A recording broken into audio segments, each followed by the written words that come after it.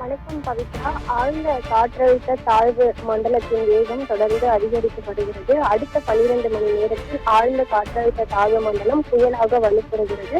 கடந்த 6 மணி நேரத்தில் மணிக்கு 13 கிலோமீட்டர் வேகத்தில் ஆழ்ந்த காற்றழுத்த தாழ்வு மண்டலம் நகர்ந்து வருகிறது.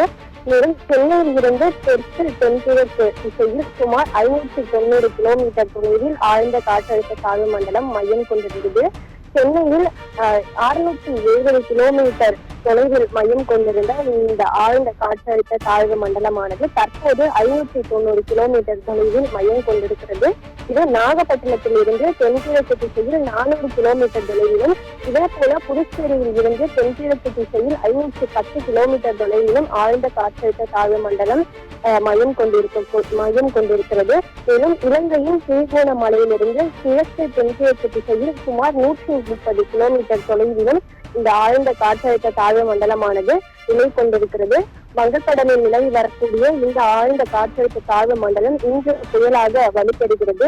மேலும் இது சென்னைக்கு தெற்கு தென்கிழக்கு திசையில் 590 கிலோமீட்டர் தொலைவில் ஆழ்ந்த காற்றழுத்த தாழ்வு மண்டலம் மையம் கொண்டிருக்கிறது. இதன் காரணமாக சென்னையின் கடலோர பகுதிகளாக இருக்கக்கூடிய பட்டினப்பாக்கம் மற்றும் திருவொற்றியூர், காசிமேடு, எண்ணூர் ஆகிய பகுதிகளில் பலத்த காற்று வீசி வருகிறது.